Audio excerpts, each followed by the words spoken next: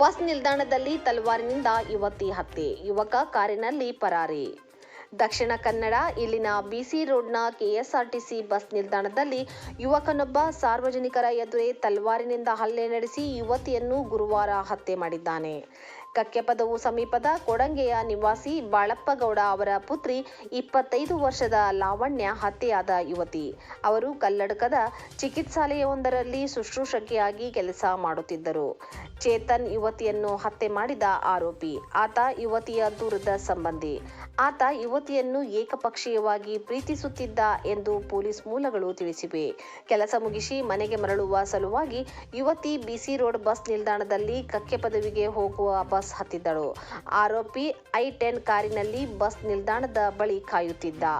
ಆಕೆ ಸೀಟೊಂದರಲ್ಲಿ ಕುಳಿತಿದ್ದಾಗ ಬಸ್ ಹತ್ತಿದ್ದ ಆರೋಪಿ ಬ್ಯಾಗಿನಿಂದ ತಲವಾರು ತೆಗೆದಿದ್ದ. ಅದನ್ನು ನೋಡಿ ಯುವತಿ ಓಡಿ ತಪ್ಪಿಸಿಕೊಳ್ಳಲು ಯತ್ನಿಸಿದ್ದಳು.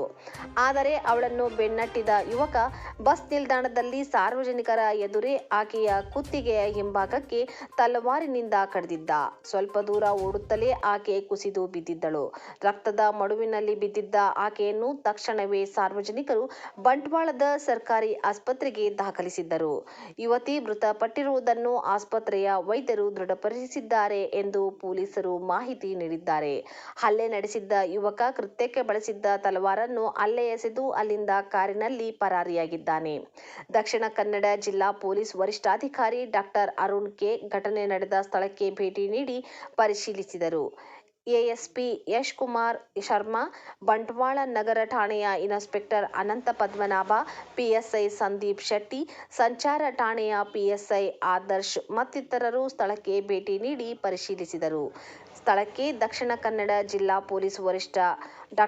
ಅರುಣ್ ಕುಮಾರ್ ಭೇಟಿ ನೀಡಿ ಪರಿಶೀಲಿಸಿದರು.